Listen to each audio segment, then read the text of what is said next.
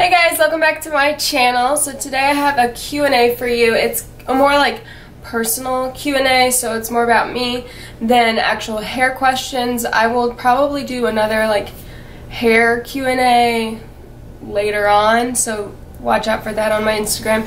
But today is kind of about me personally, so you get to know who I am, who's behind all the hair on this account and this channel, and so you know who I am a little bit more. So yeah. Before I get into the video, if you didn't know, Jeffrey and I have our own vlog account, so I'll put the link down below, but we also did a Q&A over there on one of our vlogs, and it's about kind of us as a couple, so you get to know us over there too. So if you're interested in that, go check it out. Again, link will be down below. Let's get started. Okay, so my first question, I have like a little paper of everything.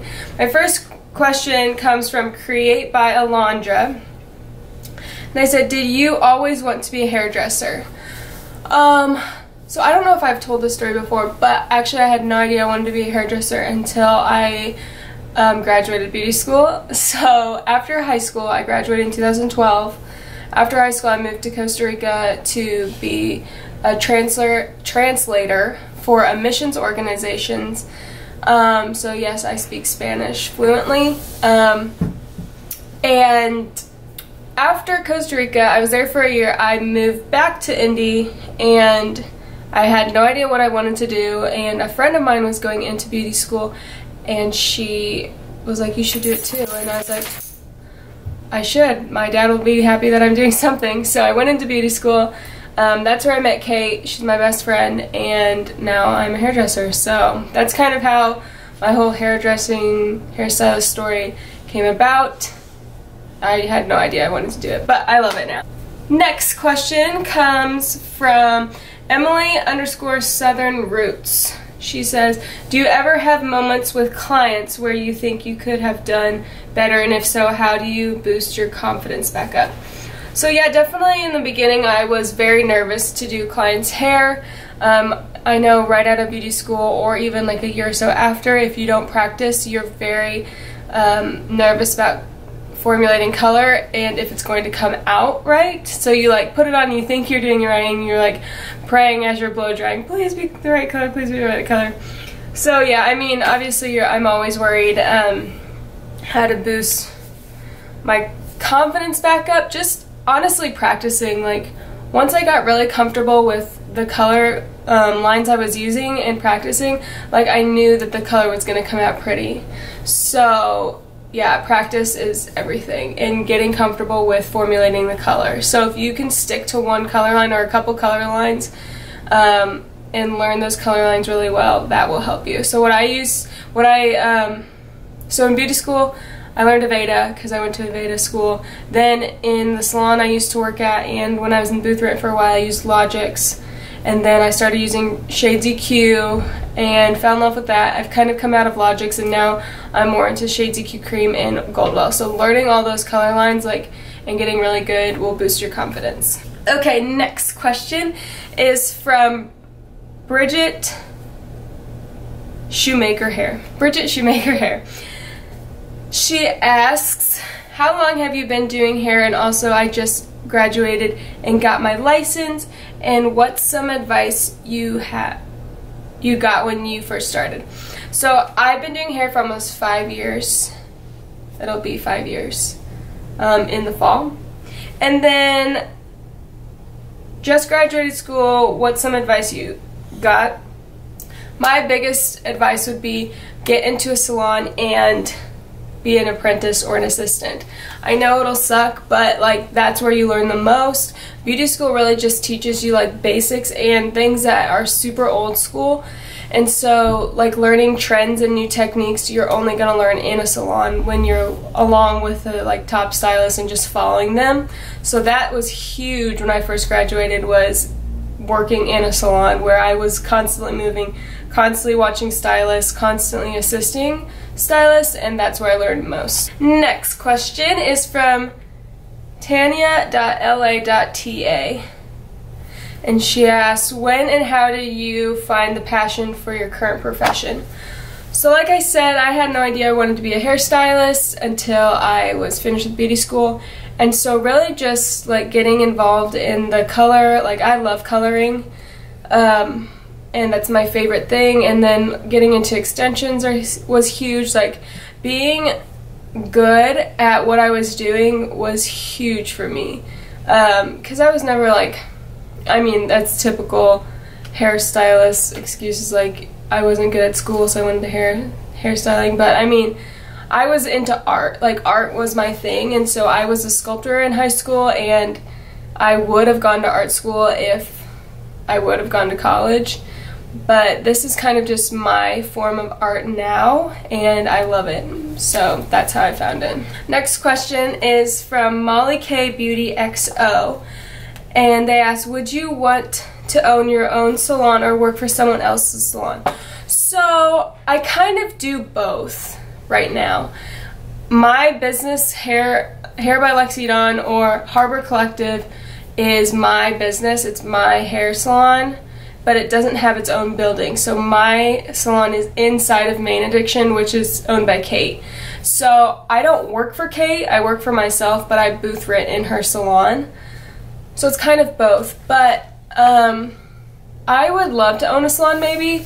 Jeffrey and I really want to move to Florida like in a couple years, and so if we end up doing that, I think I would love to open a salon down there. In Indy right now, I'm really happy where I'm at, and so I don't think I would want to open a salon in Indy, but just work at Main Addiction. Next question is from Hair by Daphne. What's an ideal weekend for you? How do you relax from a week of clients? So an ideal weekend would be not working Saturday, Sunday, or Monday. So just getting as many clients as I can in Tuesday through Friday. I like that work week better. And then just either hanging out or going on some kind of little adventure with Jeff or with Clyde. And so like just packing up our car and going somewhere, or just hanging out with family and friends and staying like late at my sister's house and talking and eating food, and like all that's super fun. So I'm just kind of chill. I go with the flow most of the time. So whatever someone else wants to do, I'm for it. Next question is from Seuss.Seuss. And they ask, are you the kind of person that admits their own mistakes, like in hair? Yeah, I am. I mean, when you are doing someone's hair, you're like watching their face and you know if they don't like it. So it's always like, okay, what's the next step? Like, what do you want changed? What do you want different? Is it the tone? Is it the placement? Is it something we can do today?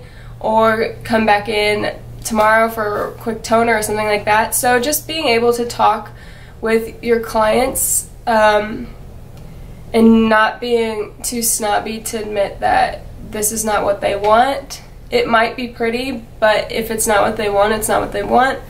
So just being able to talk to them and find out the solution that best fits them, and that also makes them want to come back even more because you are there for them, and that helps.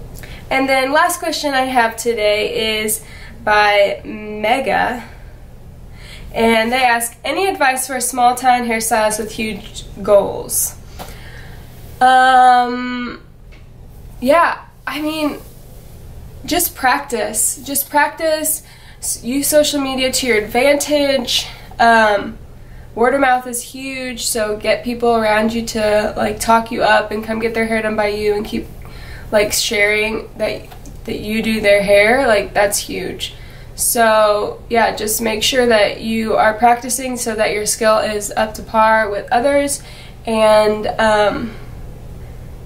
yeah, just make sure that you know what you're doing and that your clients love what they have gotten done by you, and then they'll just talk to everybody else, and that'll just bring you more and more clients. So yeah, that's kind of how I started. I really don't even know like how YouTube blew up. Like, I think I had one video that just blew up, and then more people came to my page, which is amazing. And then just like being consistent on social media really helped me boost my clientele on Instagram for sure. Yeah, and so I might do kind of like a social media 101. If you're interested in that kind of video, comment down below, and maybe I can kind of put a video like that together. Guys, thank you so much for your questions. This was kind of a short little video because Jeffrey and I did do another Q&A over on our vlog channel, so if you're interested in knowing more about me and my husband, go check that out. We would love it if you would like and subscribe over there so we could get that channel up and going, because that's kind of my like hobby, is filming and photography and things like that. I do not do it as a career. Like, the only kind of photography I do like for a profession is taking pictures of hair, but I love editing videos and doing photography, so that's kind of my like hobby outlet. And so go like and subscribe to over on those channels. We only have a couple of videos up, but I will be posting our wedding video soon, and I'm really excited to share that. So again, go to the link down below and go check us out, and that'd be great. Guys, thank you so much for watching this video and all the videos on this channel. I love you all, and I'm so glad to have you here and supporting my career and what we're doing here at Harbor Collective. I'm obsessed with it. So thank you so much for watching. Make sure you like, subscribe, and share, and follow me on Instagram at Hair by Lexi Dawn, and I'll see you in my next video. Bye!